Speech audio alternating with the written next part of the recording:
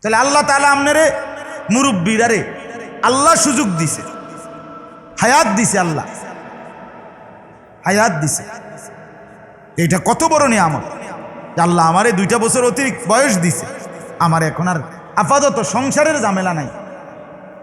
তাইলে আমার উচিত বেশি থেকে বেশি জিকির করে তাসবিহ পড়ে আল্লাহরে ডাইকা আমার নেকি বাড়ানো। কিন্তু আমরা বললাম না, মানে এটা বড় দুঃখজনক। অধিকাংশ বয়স্ক লোক চা দোকানে বসে থাকবে অথবা কোনো না কোনো এক জায়গায় বসে রয়েছে, মুখটাও নড়ে না, ঠোঁটও নড়ে না, কিছুই করে না, শুধুই কেবল বেহুদা অনর্থক। চেয়ার আনেন, চেয়ার আনেন। ও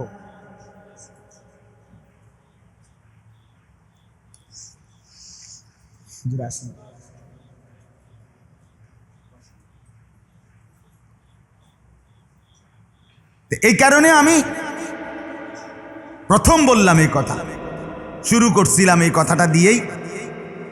আপনাদের কাছে কি বুঝাইলাম? যে গাফেল না হওয়া, মনোযোগ দিয়ে আল্লাহর কথা শোনা, ঠিক আছে না? মুরব্বীদেরকেও বললাম, জওয়ান ভাইদের জন্য কথা। ওই ভাই, এই ছেলে, ছেলেদেরকেও দেখবেন, এই যে নওজোয়ান ছেলে যারা, আমি তাদেরকেও বলি, ভাই তুমি যখন গুনাহ করো তখন কিন্তু খুব মনোযোগ দিয়েই গুনাহ করো। তুমি যখন নর্তকীর ছবি দেখো তখন পুরা মনোযোগ দিয়া দেখো। তোমার উর্ফে যদি ঠাডা পড়ে তারপরও তুমি লড়তা না, যদি ঠাডাও পড়ে। তাহলে গুনাহ তো করলা বাপ এতটা মনোযোগ দিয়ে। কিন্তু মসজিদে জুমার দিন ইমাম সাহেব বয়ান করে, ইমাম সাহেব খুতবা পড়ে, শত শত যুবক শহরে বলেন গ্রামে বলেন পিছন দিয়া বৈশা ধাক্কা ধাক্কি ঠেলা ঠেলি অথবা মোবাইল টিপা অথবা নিজেদের মধ্যে ফালতু কথাবার্তা ছাড়া আর কিছু করে। তাইলে কি বোঝা গেল বাপ? গুনাহ তো করলা মনোযোগ দিয়ে, বন্দিগি তো করলা খামখেয়ালি করে। এই বন্দিগি তোমার জীবনের ন্যূনতম কোনো পরিবর্তন আনবে না। জীবন ওই নাফরমানি থেকে যাবে, নাফরমানি থেকে যাবে। হাকিমুল উম্মত মুজাদ্দিদুল মিল্লাত হযরত মাওলানা শাহ আশরাফ আলী থানভী নব্বরাল্লাহু মারকাদাহু, ওনার এক মুরিদ ওনার একদিন জিজ্ঞেস করছিলেন, হযরত আমরা যে নামাজ পড়ি এই নামাজ কবুল হয়নি, এটা বুঝুন কিভাবে? এটা বুঝার কোনো উপায় আসেনি? থানভী রাহমাতুল্লাহ ওনাকে বলছে, আচ্ছা সেটা পরে বলতেছি, আগে তুমি আমার 2টা কথার উত্তর দাও। বলছে, জি হযরত বলেন। বলছে, আজকে সকালবেলা তুমি নাস্তা খাইছিলানি? হ্যাঁ খাইছি। যে যখন নাস্তা খাইছো তখন পেট ভরে খাইছিলানি? জি পেট ভরেই খাইছিলাম। তো এবার তিনি বললেন, তুমি আজকে দুপুরে খানা খাইছো নি? বলছে, হ্যাঁ হযরত দুপুরেও খানা খাইছি। কেন খানা খাইলা? উনি বললেন, তুমি না সকালে পেট ভরে নাস্তা খাইলা, তারপর দুপুরে খানা খাইলা কেন? বলতেছে, হযরত বলেন কি, সকালবেলার নাস্তা তো হজম হয়ে গেছে, দুপুরবেলা আবার ভোক লাগছে, এই জন্য দুপুরের খানা খাইছি। আচ্ছা মাশাআল্লাহ, তো দুপুরে পেট ভরে খানা খাইছিলেন? হ্যাঁ দুপুরেও পেট ভরে খানা খাইছি। এরপরে আবার রাত্রে ভাত খাইছো নি? হ্যাঁ রাত্রে আবার খানা খাইছি। কেন রাত্রে খানা খাইলা? তুমি না দুপুরে পেট ভরে খানা খাইছো। তো সেই মুরিদ বলল, হযরত দুপুরের খানা আবার রাত হতে হতে হজম হয়ে গেছে, পেটে ভুক লাগছে নতুন, আবার এই জন্য রাতে আবার খানা খাইছে। হাকিমুল উম্মত বলে, ঠিক এরকম ভাবে কেউ যখন ফজরের নামাজ পড়ে, জোহরের নামাজের যখন ওয়াক্ত হয়, তখন যদি তার জোহরের নামাজ পড়তে আগ্রহ তৈরি হয়, মসজিদে যায়, জোহরের নামাজ আদায় করে, বুঝতে হবে ফজরের নামাজ কবুল হয়েছে, জোহরের নামাজের ভোগ তৈরি হয়েছে।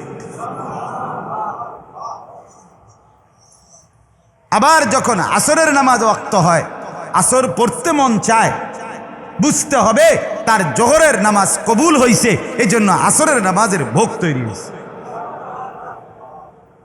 এই জন্য এভাবেই বুঝে নাও, এক ওয়াক্ত নামাজ পড়ার পর যখন আরেক ওয়াক্ত নামাজ পড়ার জন্য দিলের মধ্যে আগ্রহ আসে, প্রেরণা জাগে, অনুভূতি আসে, ওই নামাজও আদায় করে, বুঝতে হবে পিছনের নামাজ কি হয়েছে, কবুল হয়েছে।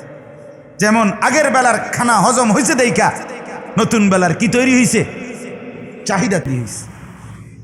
অতএব বন্ধুরা, ছেলেরাও তোমাদেরকেও বলি, জুমার নামাজ শুক্রবারে পড়ার পরে তুমি নাফরমান, আর ওই দিন আসরের নামাজও পড়ো না, মাগরিবও পড়ো না, এশাও পড়ো না, আর একটা সপ্তাহ তোমারে আর কোনোদিন নামাজে দেখা যায় না, তোমার নামাজের হালাত কি তুমি বলো?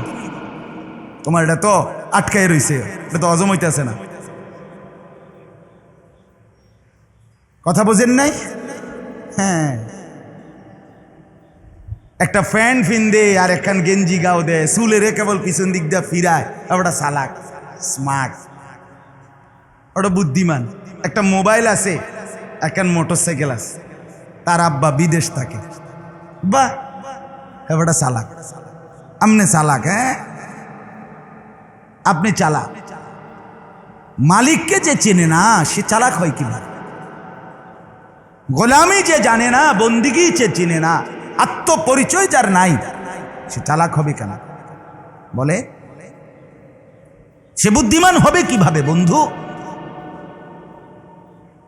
10 বছর পরে মেট্রিক পাস করলা, ক্লাস 1 থেকে 10 বছরে যেই পড়ালেখা তোমার মনিব চিনাইলো না, সেজদা চিনাইলো না, তুমি আরেকবার ভাবো কি পড়লার কি শিখলা মিয়া। আমার 6 বছরে বয়সের নুরানির পড়া আমাদের কওমি মাদ্রাসায়, 6 বছরে আমাদেরকে মালিক চিনায়, 6 বছরের বাচ্চা আমাদের কওমি মাদ্রাসায় 5 ওয়াক্ত নামাজ জামাতে পড়ে। আলহামদুলিল্লাহ, আলহামদুলিল্লাহ। হ্যাঁ, কিসের বুদ্ধিমান? যে মনিব চিনে না, যে মালিক চিনে না, কামাই করে, হেবড়া বাজারে ব্যবসা করে, ডাকাত তার সামনে মসজিদ, এখানে নামাজ হয় 5 ওয়াক্ত, মুসলমানের বাচ্চা, মুসলমানের ব্যবসায়ী, তুমি ডাকাত 1 ওয়াক্ত নামাজ তোমার পড়তে মন চায় না? তোমার আল্লাহ কোথায়? আখিরাত কোথায়? হ্যাঁ,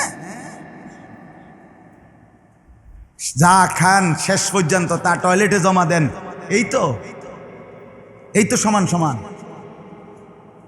এই তো খালাস, খাইলাম এদিক দিয়া, ফেলে দিলাম বাথরুমে, খালাস। এই জন্য এটাই জিন্দিগি না? শুধুই খানা, শুধুই ঘুম, শুধুই পেশাব পায়খানা, শুধুই যৌন চাহিদা, লজ্জাস্থানের চাহিদা পূরণ করা, এই এতটুকুর নাম যদি হয় জীবন, তাহলে জন্তু জানোয়ারের সাথে তফাৎ কোথায় বলেন বাপ?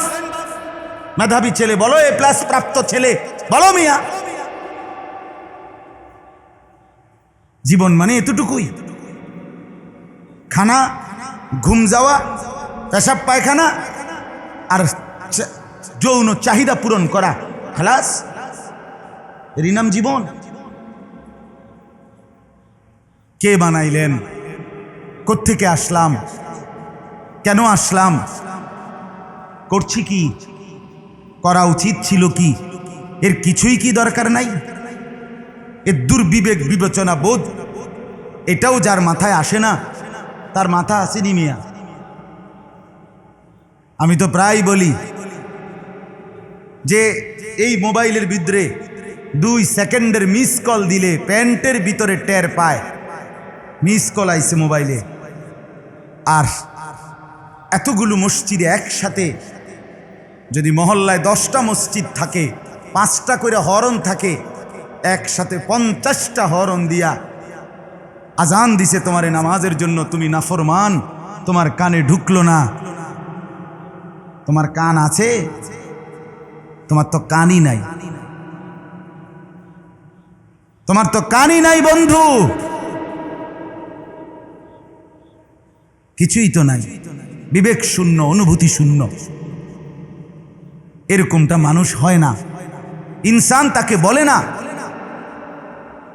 আল্লাহর বান্দা, ইমানদার মুসলমান।